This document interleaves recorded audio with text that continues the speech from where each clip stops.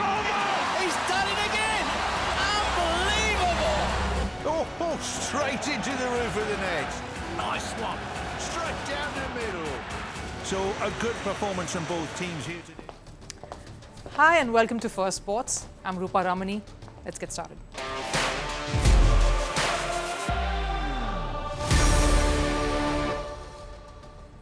Right, on the show today, the applications for the role of head coach of the Indian men's cricket team are all in. The last date was yesterday, and there have been many keen applicants from MS Dhoni to Narendra Modi. Yes, it's been a rather interesting time reading all those applications for the cricket board, but who's the front runner? Could the Kolkata IPL franchise mentor get the nod? And more importantly, will team owner Shah Rukh Khan be able to let him go?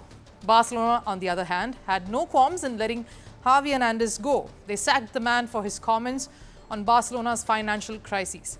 Did Xavi do the right thing, and what is holding Barcelona back from attaining glory once more?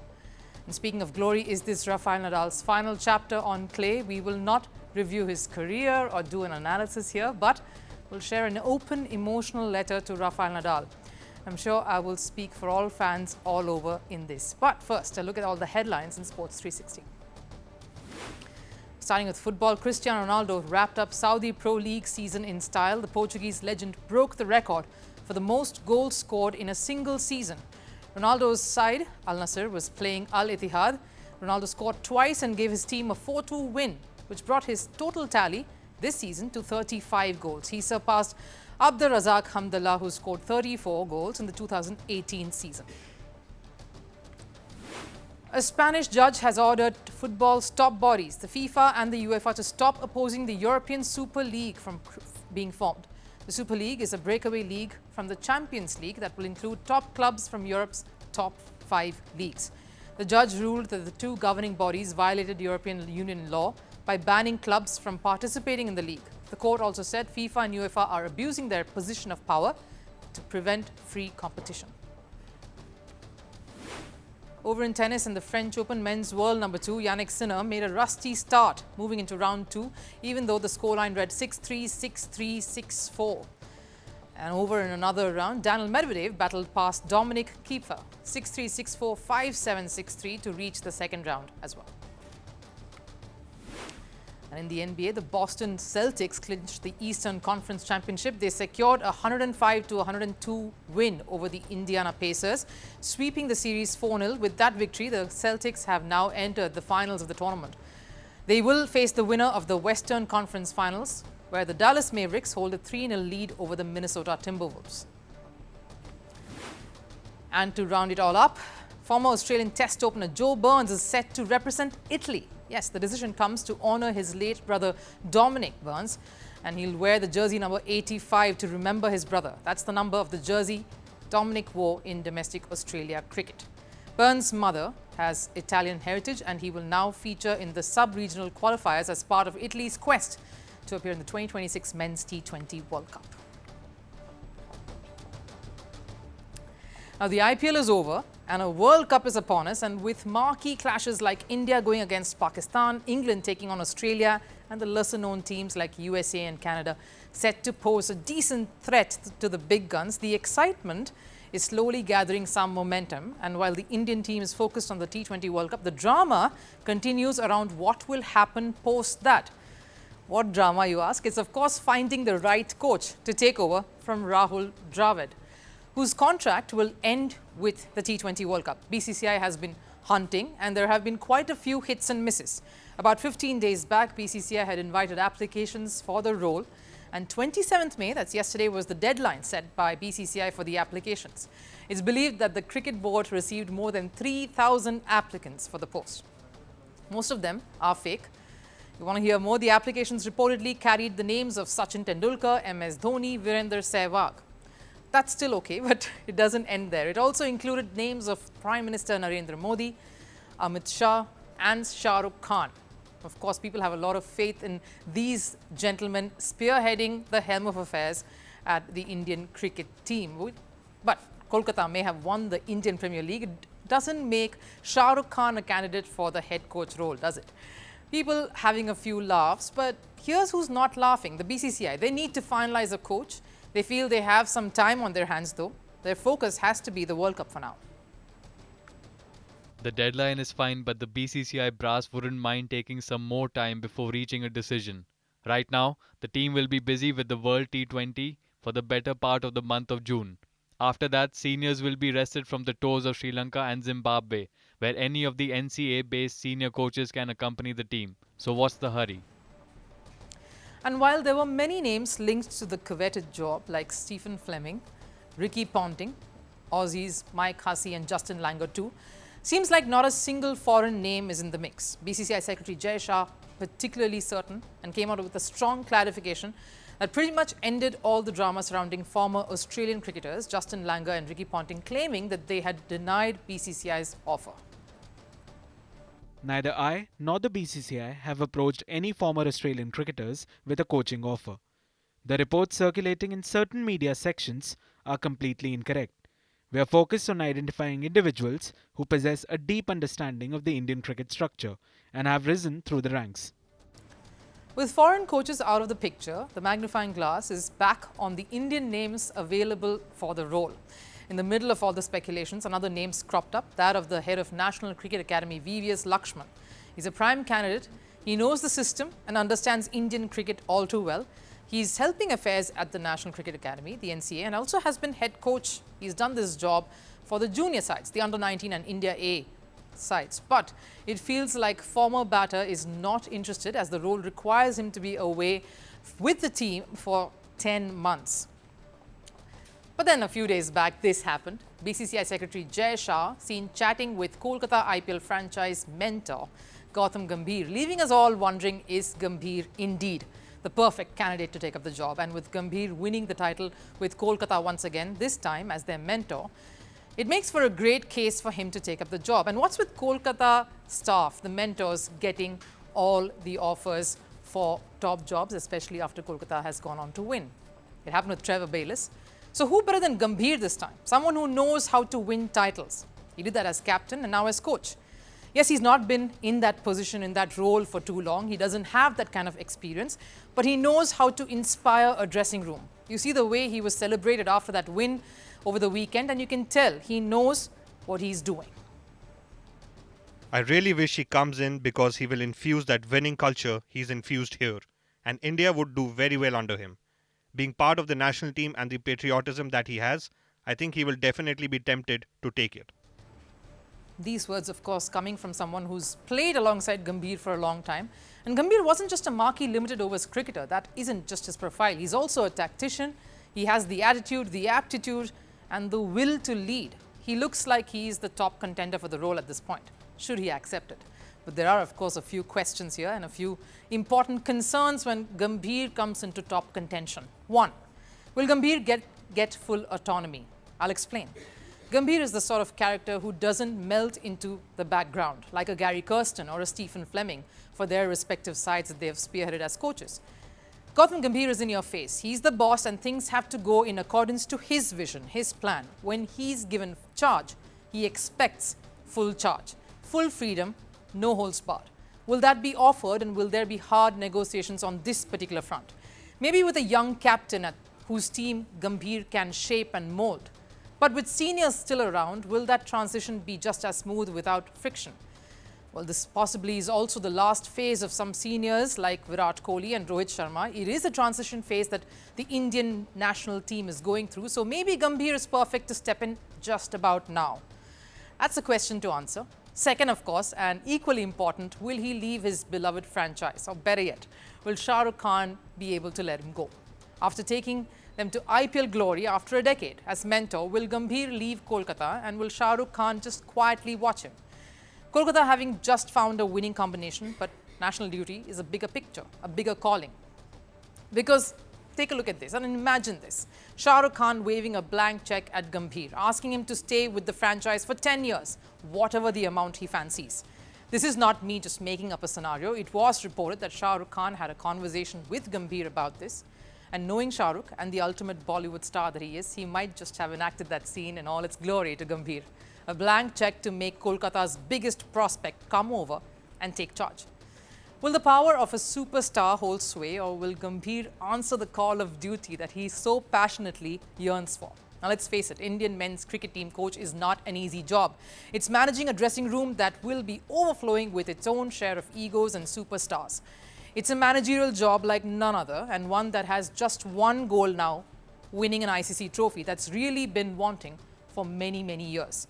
So while BCCI has a tough one to pick the right candidate, eventually it's the coach who steps in who will have his hands full, and maybe the front runner at this point is Gautam Gambhir.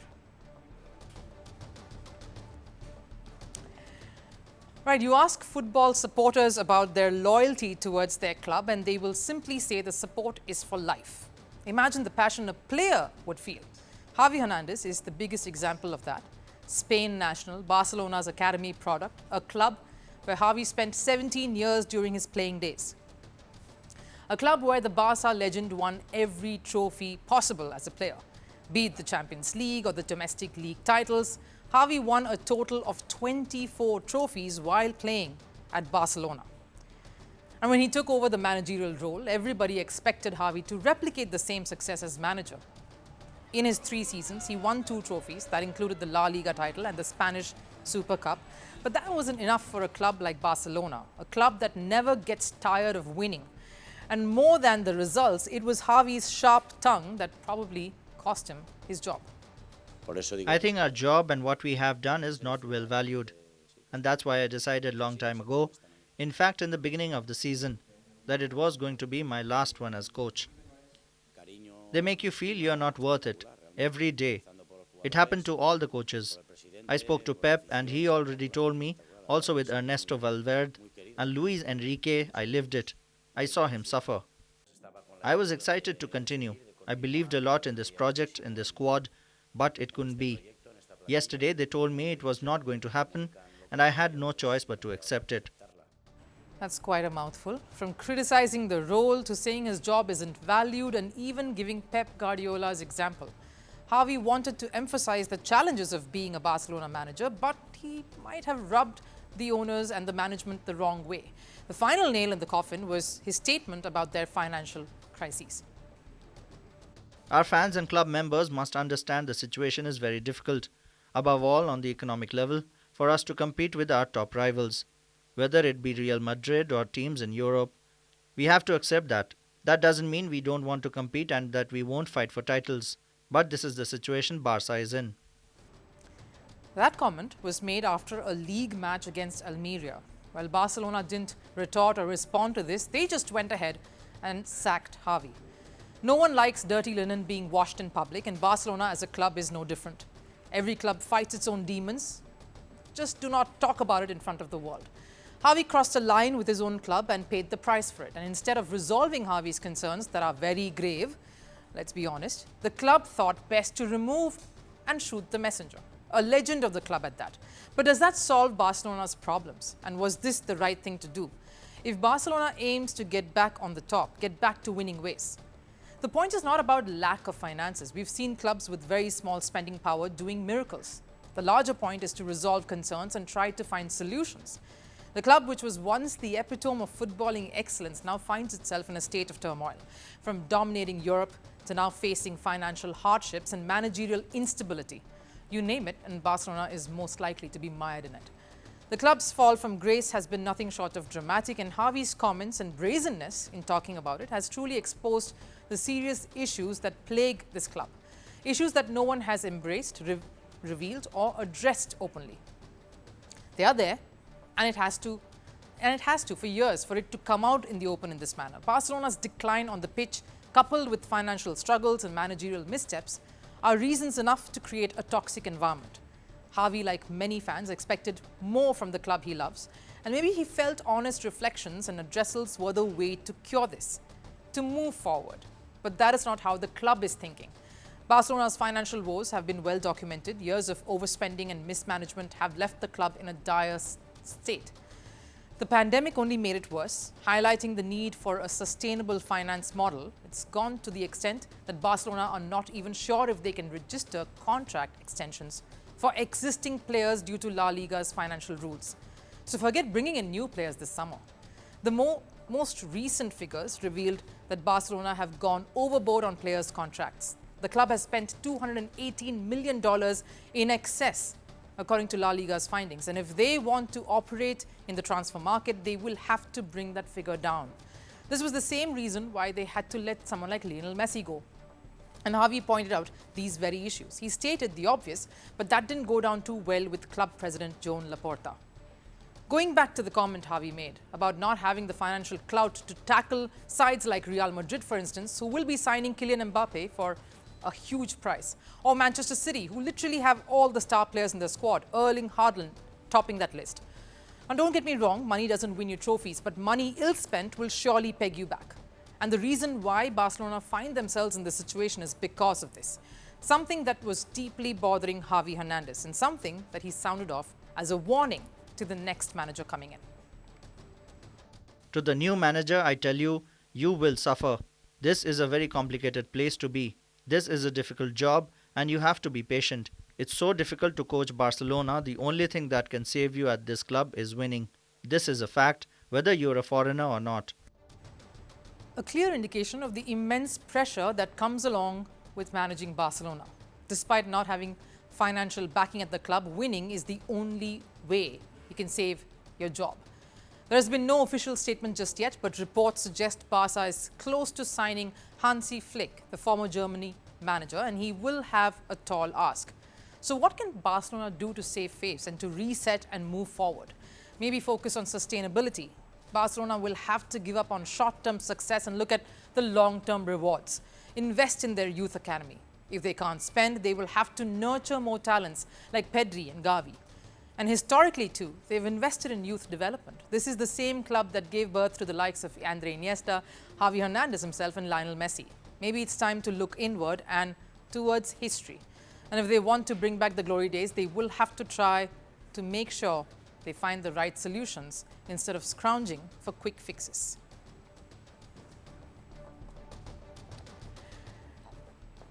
Dear Rafa, it was a very surreal experience watching you play a first-round match at Philippe Chatrier, a packed centre court as you took on Alexander Zverev. It was surreal because if this was a proper French Open draw during your peak Rafa days, you wouldn't have been facing Zverev in the first round. You wouldn't have struggled in the first set. You wouldn't have struggled in the second either. You'd probably be a winner in straight sets. It was heartbreaking, yet somehow poignant. Poignant to see you in what feels like a last French Open, even though we all want to deny it. We saw your family sitting on the sidelines, cheering you on, baby Rafa carrying his little racket, mirroring you, but probably far from even comprehending the emotions you are feeling as you finished a match that would have hurt you. I wondered, you recognize this side, this phase that you're in. Your wife applauding you, fighting back tears because you don't want this to be a sob fest. You made that absolutely clear some weeks back as you are raking up one loss after another, probably the most you've had in a year compared to a lot of your career. That's how it feels, and yet you soldier on. Are you doing this for your fans? To give all your fans another glimpse of you on the biggest stage, one last time. And what a glorious career it's been. Grand Slam wins, 14 of them right where you probably played your last of the French Open campaigns last night. You burst on the scene like a raging bull, full of life, raw energy, passion, and a big smile. An athlete like none other, with your grueling playing style, the OCD behavior, the tics and quirks, the grunts and the tugging of your shots, all seemingly annoying characteristics rolled into one Spanish superstar that the world was waiting for.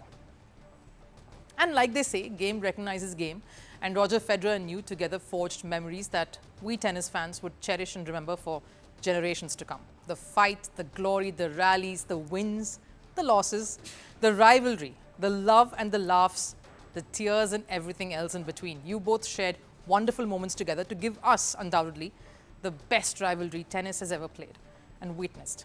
That will be your legacy, one that is tied to each other, but also just as potent on its own. The never-ending Wimbledon final, the draining Australian Open triumph, the come-from-behind US Open victory. It's a pity baby Rafa was not there to see the best of it, though he surely is seeing the impact of it all now. And maybe that's the way it should be. It's almost like he's keeping you grounded in the present. Baby Rafa is the reminder of what is in the now. And he's also witnessing the love everyone has for you. What else explains the hordes of fans thronging to see you, Rafa, play at every event?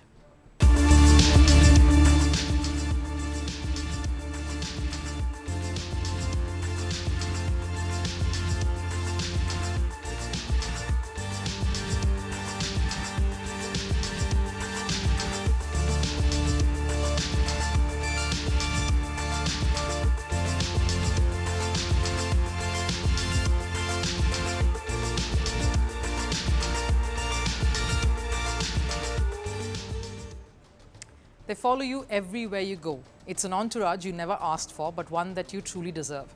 You say you will come back to the Roland Garros, hopefully, because maybe you don't want to admit to yourself or to us the turmoil that rages within. The fight to finally say maybe this is it, versus the urge to continue thinking maybe there's more left in the tank. That's the Rafa we grew up watching, and that's the image you want to leave us with. But then your parting shot is again filled and loaded with promise.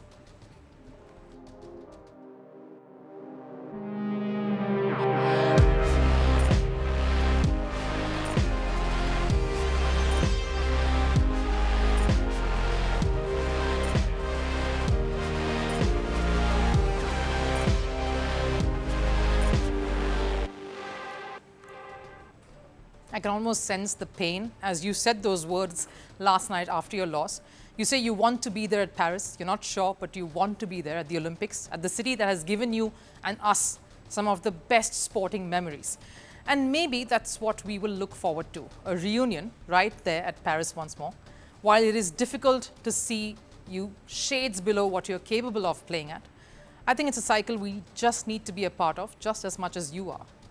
We were there with you at your best, and surely we will be there at the worst too.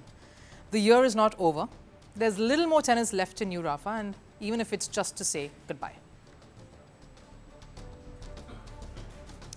Time for last serve. Now, we brought you pictures of Manchester City painting the city blue. Here's Leverkusen enjoying a season that was painting it red. And why not? It's not too often that Leverkusen would come off a season with a historic league title and a DFB Pokal victory. Take a look.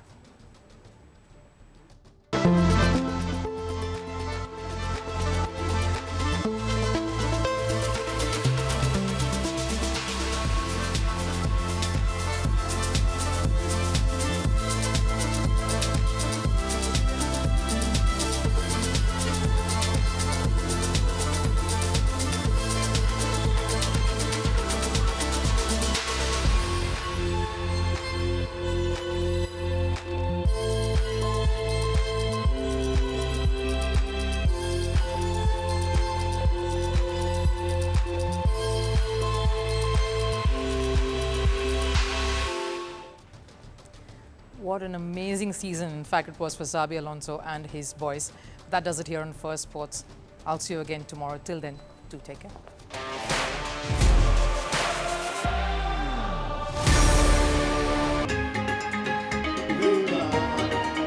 South Africa's May 29th elections. It was the start of change in the country. We are on the verge of history. I am standing here at the forefront of change where voices echo the call for action. The nation grapples with an unemployment crisis. As South Africans prepare to cast their votes, the question looms, will the winds of change usher in a new era, or will the legacy of the past maintain its grip on the future?